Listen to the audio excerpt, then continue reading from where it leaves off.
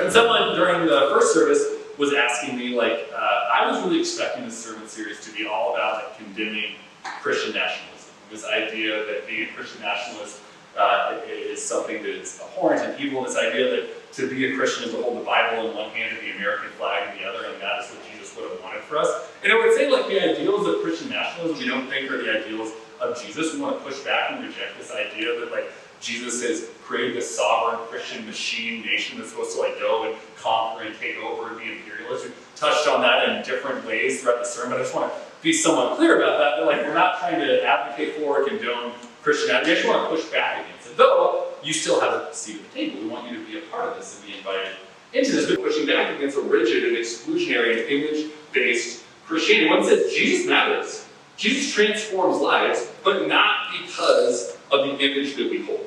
Not because of holding to a rigid set of rules. Not because we know we are in, because we also define who is out, right? That is not what Jesus compelled us to follow and be a part of. And it would say the rebellion that Jesus leads, one of hope and love and grace, is one that is prophetic but not performative.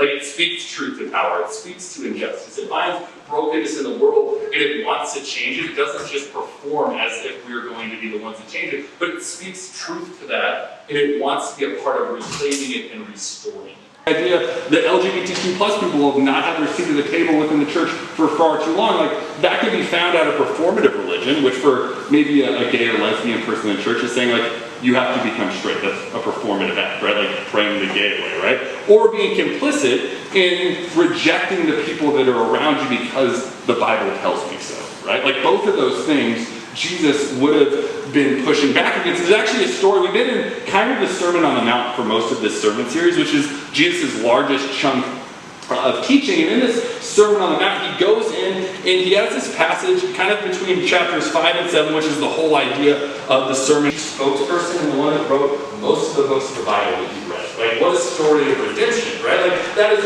wild, but how jarring would that have been for a first century follower of Jesus to wonder, to be in a room and wonder, is this a safe space for me because I know who you were? But also a story of the incredible transformation of God's power. Jesus never once excused sin and brokenness. He never once tried to pretend like it didn't exist. He didn't try to blanket cover it or sweep it under the rug. But he also did not cancel brokenness. He did not write people off. He did not say their story was over. But he firmly believed in this narrow road that he spoke of, that was equal parts grace and equal parts justice, equal parts love and equal parts challenge. Jesus didn't tear down a system that was broken. He built something beautiful and holy in its space. Sometimes they do deconstructions with Jesus all night. He tore down things that weren't working, but he rebuilt something quite beautiful and holy in his life.